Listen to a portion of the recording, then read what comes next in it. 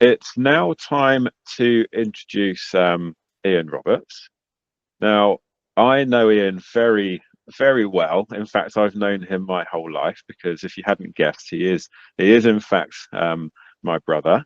But aside from that, he's also tech director and co-owner of PTR, which is a data analytics and data engineering consultancy.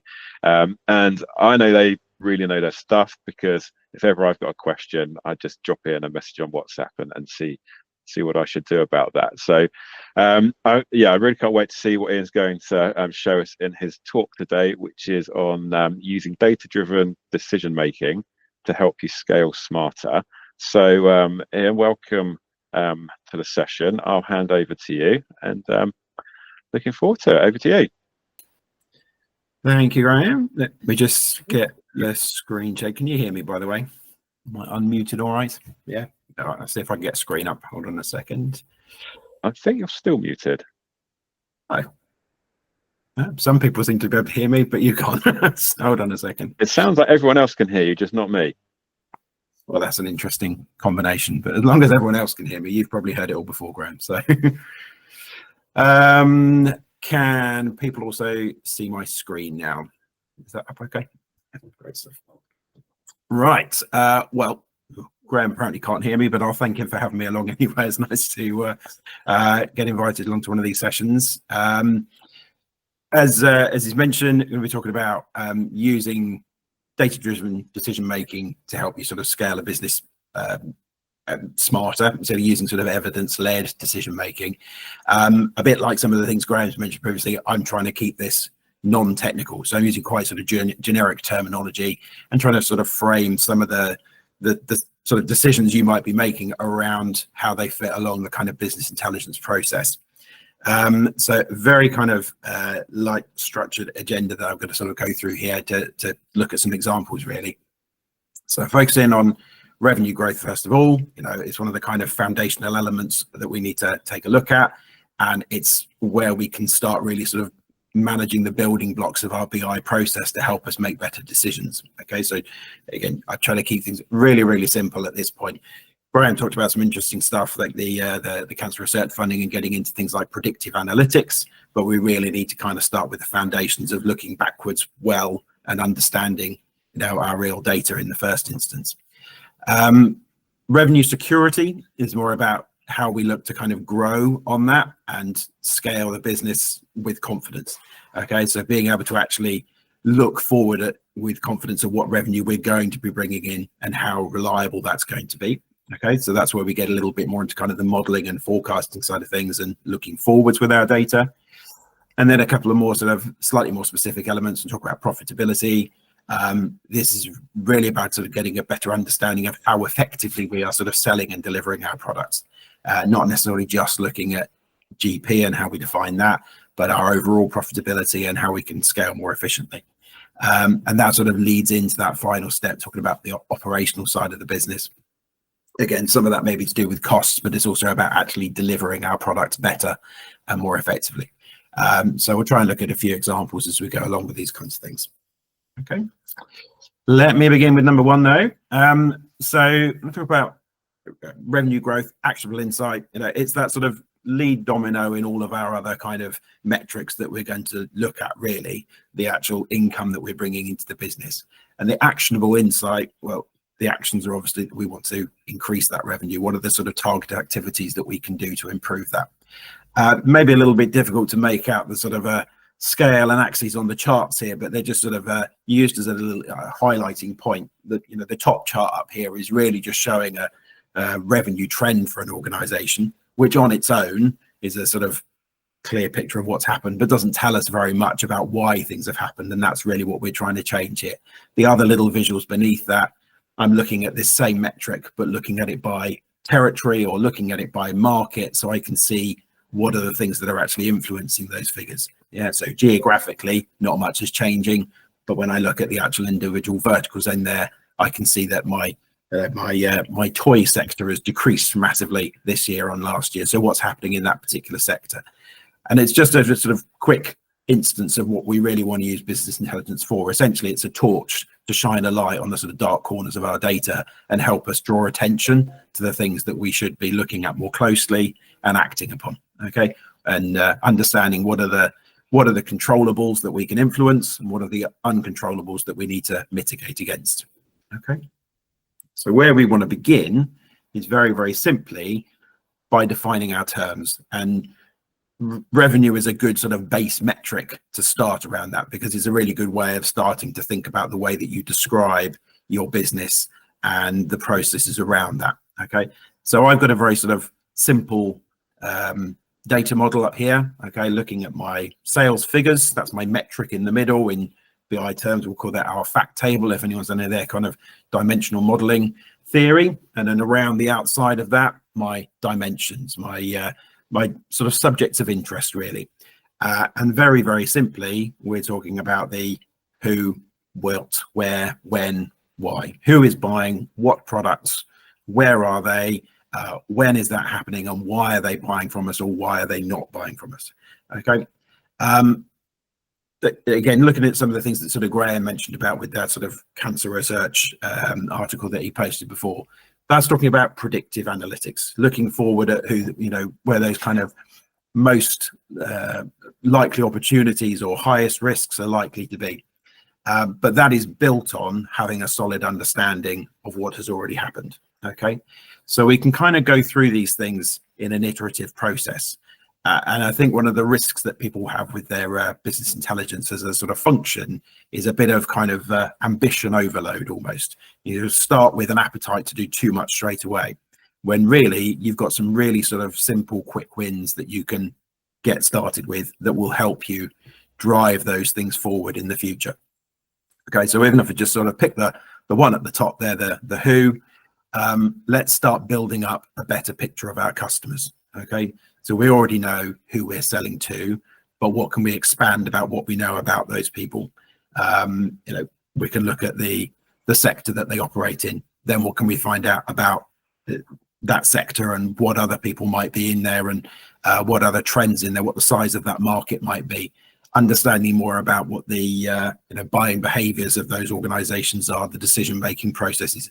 All these things are things that you might well find inside your your CRM platform, but by aggregating them together, we can start to see better trends in those things and use that to drive better, more targeted sales activities.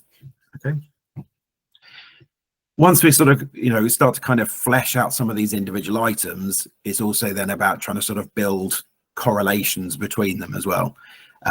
So again, let's pick the who and the when. Okay. In isolation, I can see where I've got trends increasing revenue in a particular industry or sector. In isolation, I can look at seasonality in my sales patterns over the year or over quarterly periods. If I start to join those things up, though, then I might start to see slightly different patterns when I link the two different dimensions together. Okay, so if I'm an organization selling advertising, for instance, I'm looking at my previous chart where I was seeing a sort of a dip in the toy sector. Likelihood is that my trend is that I've got a peak towards the end of the year because their big period is towards Christmas. Whereas if I'm targeting advertising towards travel agents, it's probably going to be around the summer when they're selling holidays. Or if it's a chocolate company, it's going to be around Easter time, something like that. So I can see where those different periods are, where I should be looking at sort of targeting my sales activity. But I need to understand a little bit more about that, about what their actual selling process looks like for those organizations as well. What's the actual time it takes from lead to conversion for these kinds of things as to when I should be starting those sales activities. So as I say, all about really just building up a better and better understanding of all of these different subjects of interest so that you can start to make more targeted, efficient sales activities based around those factors. Okay. We'll obviously get different trends coming out of that. And that's one of the things that we'll sort of really want to kind of drill into, more sophisticated, what we call time intelligence in the BI space. But really that's about being able to make different comparisons against different time periods. And it's just one example. In our BI models, you go back up to my previous diagram. We might start looking at what we call role-playing dimensions in here. I've kept it quite simple here with my date picture down at the bottom here with a relationship that's slicing my sales table. But really, there are a number of different dates that are relevant to that sale. And I might be interested in the journey between all of them. So starting to build multiple relationships, and here's how this sort of model iterates and expands over time. So at the moment, I'm just looking at when did that sale occur, but when did the sales process begin? When did the commitment to a sale occur? When did delivery of a product occur? All of these different times along that journey are all interesting to me. And that's what goes along to building some of these kind of time intelligence style reports. Yeah.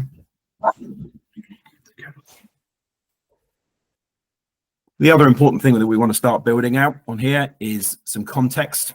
Okay, so the baselines for what we can describe as good and bad. Okay, this particular chart is a very sort of, again, simple visual, but it's just showing how an individual sales rep in this particular team is doing in terms of sort of their deal sizes compared to against a trend that we've set as an organization. Okay, we might want to be looking at, are they working on deals that are too small? Should they be targeting larger organizations? And that will come on some of the things that I'll look at a little bit later on in terms of the effectiveness of some of these kind of sales that we're looking at. Right, and I suppose the general message from all of this is start simple. Okay, so don't get sort of bogged down in the complicated things. Start with all the things that you already have, and revenue is a good place to begin because it tends to be the metric that you have the most direct control over, and it's the simplest one to gather. Okay, because all of that information might start out in something like your CRM system. If you're using Salesforce or Dynamics or HubSpot, whatever it is, let's pick that as the kind of focal point for the data that we're going to expand on later. Okay, and then start to sort of work on the satellites around that data to expand it further. Right. Then once we've got a good established baseline of what is happening, that's when we'll maybe start to look forwards a little bit more and get into our predictive side of things.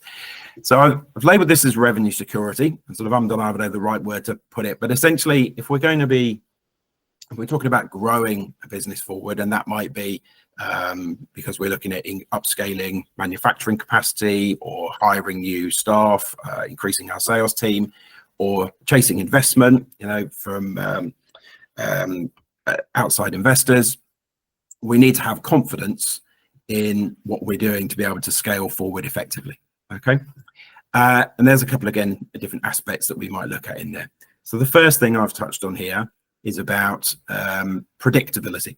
Okay, having a solid view of what is going to be coming into your business in a period of time. Okay, again, just like the previous bit, it's an iterative process. Let's start by doing this in a simple way first, and then gradually expand and introduce more scientific methods as we go in here. So again, looking at my visual on the page, my solid blue color is literally my actual book revenue, but then my pale blue, I'm looking at what I'm expecting to bring in based on what's in my sales pipeline at the moment. And the notches along the top here are a budget or a forecast for what I need to bring in or are targeting to bring in there.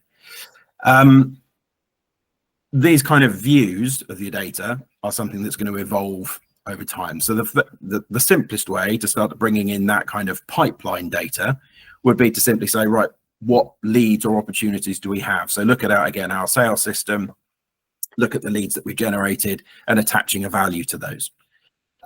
That's probably going to give us a slightly unrealistic picture of what's likely to come in, because our sales team are generally being optimistic. They might be overvaluing those proposals. They're not going to convert every single one of those proposals. Okay, but it at least lets us know what we've got in the pipeline.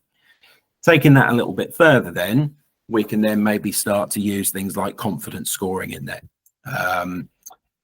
Even if it's a very simple kind of cold, warm, hot rating on those leads and opportunities, attaching essentially a ratio to those simple metrics and using that to sort of actually weight the value of that pipeline, bring it down a little bit to something more realistic.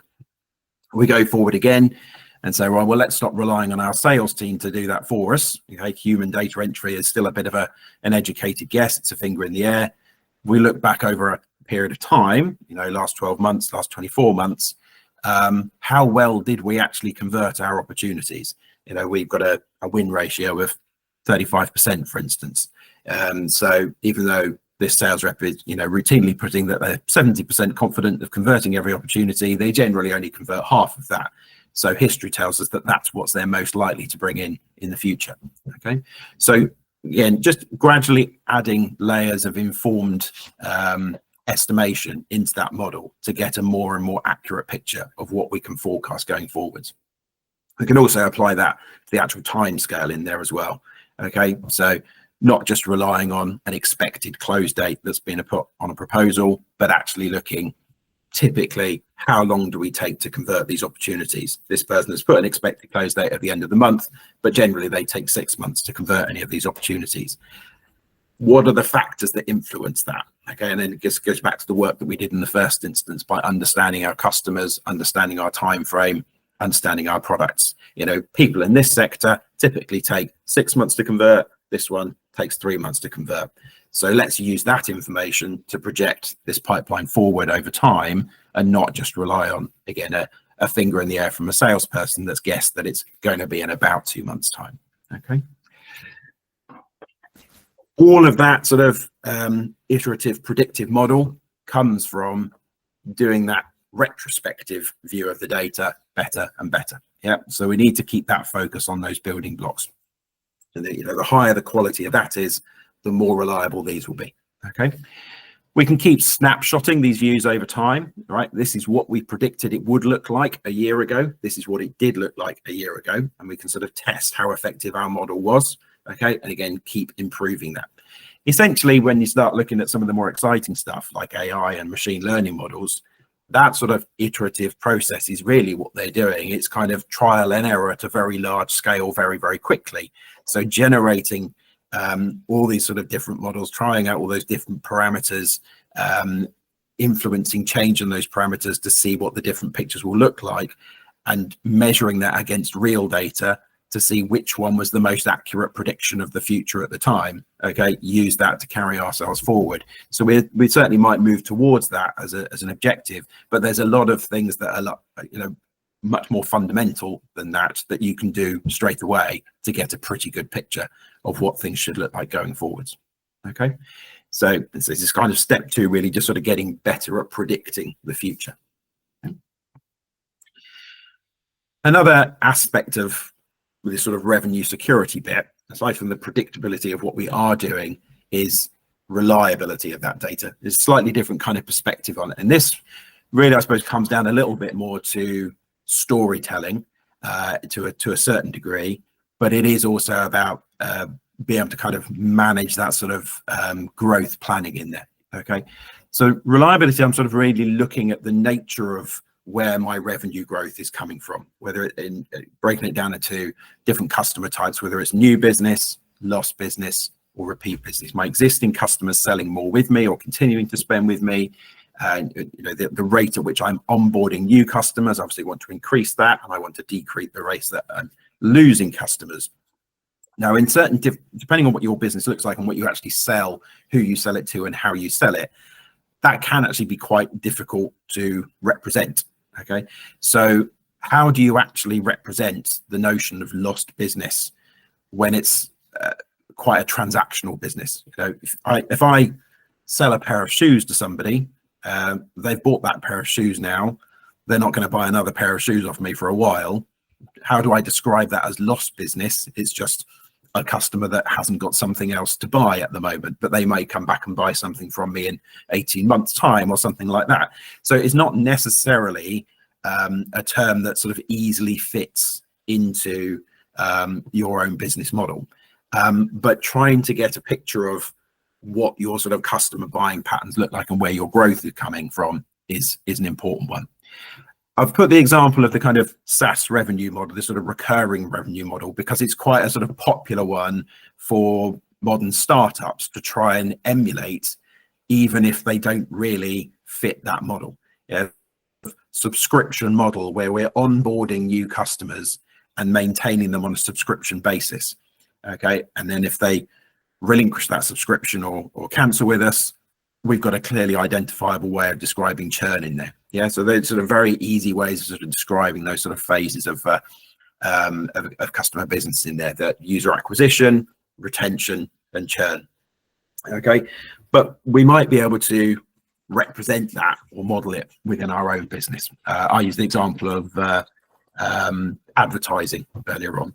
Okay, so if I'm selling advertising campaigns, those campaigns have a beginning and an end, but there is no kind of contractual obligation necessarily to continue on to another campaign that follows it. Yeah, the next one is a separate order, it's a separate process. There isn't a subscription to start and finish as such. There's just an order that's in there.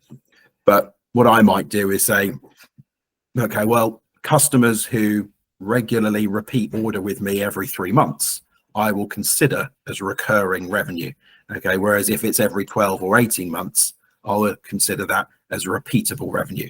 Okay, it's just a different way of labeling. It's sort of categorization, but it's a way of actually trying to sort of demonstrate that revenue security.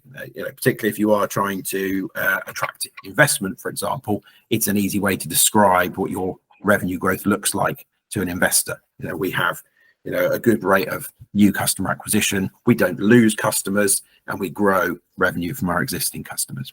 Okay, it might not be real, but you can tell that story by describing and defining that terminology around your data. Okay,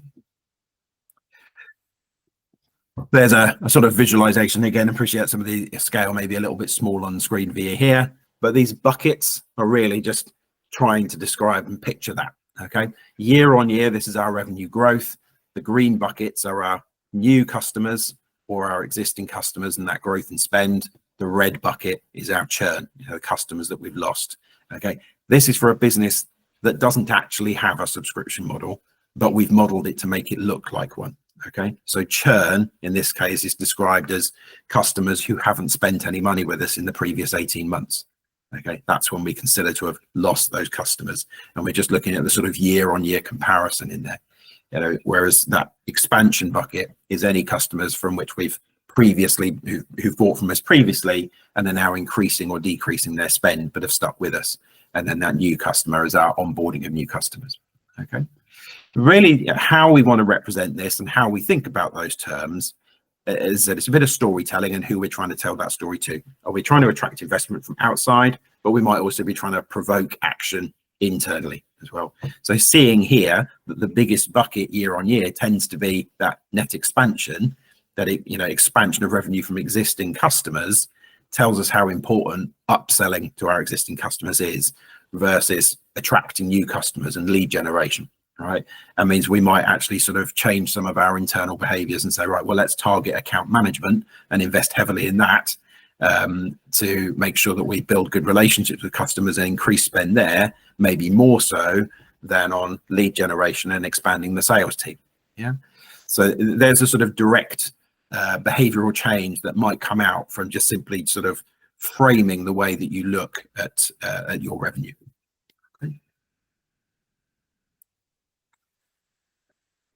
Okay, now if I move on again a little bit further, both of the things I've sort of just talked about there in terms of just sort of the simple revenue growth and that modeling of revenue security and predictability are in principle things that could be derived from a single simple data set, our sales platform, whatever that might be. Moving on to actually then look at the kind of efficacy with which we're actually delivering those products, and profitability as an actual metric is likely to mean that we have to actually start doing something slightly differently at the point of data entry. And again, sort of repeating myself that this is an iterative process. We're shining a light on our data to understand it better. We're also shining a light on it to know what we need to collect and do better, and record better. And that's often something that comes out of looking at reporting on profitability. Okay. We might be able to do it very simply by looking at our general ledger and how we've got our accounts set up, and we can look at the the things that we're sort of describing as those cost of goods sold, those direct costs that we include in our GP, might be quite simple. And then those non-attributable costs that go into our bottom line, our net profit, and things like our EBITDA reporting and all those kinds of things.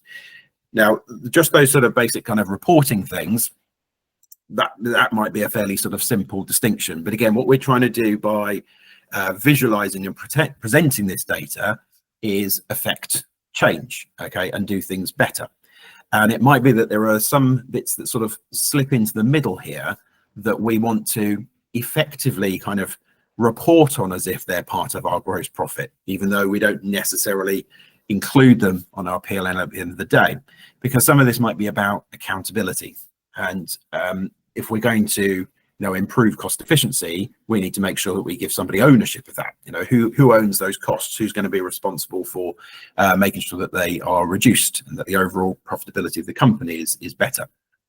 Okay, and now an example would be things like labor costs. Okay, so normally salaries are something that's going to appear on your operational expense and those non-attributable costs, not as a direct cost of sale. Okay, but if you've got certain products that you sell that are more labor intensive than others, that's going to have a slightly sort of skewing effect on what the margins look like for those products. And that might be something that can be gamed a little bit by your sales team. I will sell this service rather than this product because it's got a much higher margin against it, because this component of delivery is not included in that cost of sale, whereas the actual material and manufacturing cost is. Okay, now that might be true from a sort of financial reporting point of view, but it's not necessarily helpful from driving the efficiency of their business point of view and improving processes. So that's where we can look at these sort of indirect but attributable costs. And again, this now is more of a sort of a modeling exercise. It's about telling a story and painting a picture to different people that you want to drive behavioral change from. Okay, so all sorts of things that might fall in there. I mentioned the kind of the labor costs, but things like sort of sales and marketing effort. Is there a marketing effort might be sort of based on the organization or the brand as a whole, but it has a much higher or lower impact on certain products within the organization. So if we're looking at the individual product contribution to our net profitability, maybe we want to attribute a higher or lower proportion of that cumulative spend to that particular product or that particular sale. Okay, so it's a sort of fuzzy boundaries in here. Most of the things we sort of talked about beginning with the revenue side of things, the who, what, where, when, why, quite sort of clean divisions, quite clean perspectives. But now I'm trying to sort of attribute ownership of cost and efficiency. It's not quite as clean, and it might be that there are things that I have to come up with a model of distributing that cost across a number of different interested parties and giving them ownership and responsibility for changing things. Okay, so attribution of those values in there is certainly one thing that we want to think about, and then aligning those things with our actual sales picture in there as well. Okay, because they're not necessarily directly aligned, but if we can align them better, that gives us a better understanding of the value of our sales. And again, it might loop back around to that initial picture of targeting activities in there. So on here, I've got the sort of model diagram that I was looking at beforehand. In here now, I've added in my revenue and costs and my invoicing tables, the sort of new facts, but I've maintained exactly the same dimensions that I had beforehand. The same subjects of interest are being used to slice these different metrics. Okay. Now I've presented that as in quite sort of simple way, but it's not simple to do because none of these things are being recorded in the same system, and they're not being recorded at the same level of granularity. Okay, so on a sale, I've got a specific line item on an order from a customer for a particular product, but on my cost journal, I've got invoices from different vendors and suppliers that might aggregate products that are being used across many different orders. Yeah, or a contractor who's invoiced me for the time that they've served over the month, but they've actually worked on a number of different projects for me. Okay, so being able to actually sort of closely align my costs with my revenue is a complex part of the picture. And that's why some of it might be something we can look at as a modeling exercise, but some of it might be something we have to loop around and look more as a data collection exercise. How can we improve the way that we're recording and entering data to get that better alignment? Yeah. And what that will enable us to do is get a better understanding of what the actual value of individual deals and sales is that we're working on. As an example of where we've used something like that, this deal value analysis, an organization that we worked on, we were looking at individual sales and campaigns, but trying to get an actual campaign level margin report so that they can actually see what are the deals that are worth chasing and what is the actual cost impact of servicing these deals. Okay, this is about sort of scaling their operational efficiency, so it moves on to some of the things we're talking about next. But really what they wanted to do was reduce the number of deals but increase the value of those deals, because the more small deals they were doing, the more people they needed to service those functions. Okay, so the overall sort of profitability of the business was not scaling as well as it could do. Okay, to be able to do that, we have to get a meaningful margin at a deal level. Okay, which means aligning those two different sets of data together to be able to get that picture. Okay, so that deal value analysis relies on aligning different sets of data at the same grain to be able to do that. Okay.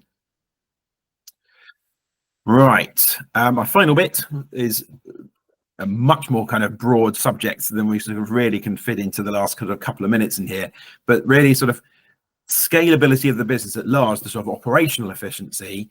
We're really now going to be talking about joining up many different business systems and processes and bringing them together in a consolidated fashion. Okay, so that's really the sort of first challenge of completing a full product journey, is getting data from lots of different places.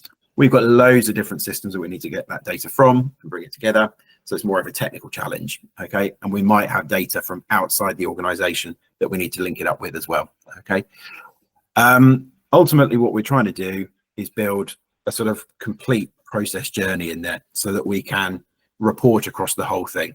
Now, again, the example I've just sort of dropped in here is a manufacturing organization that sell to retailers. They have a score that they report on called their on time in full metric. There are many different aspects that influence that score. Okay, essentially there's the invoice, the sale that comes in from the customer. There's the entry of that order onto our sales order processing system. There's allocation of stock from inventory. There's picking that stock from the warehouse. There's putting it in a van, the van driving it to the customer receiving it, and then acknowledging and accepting those bookings.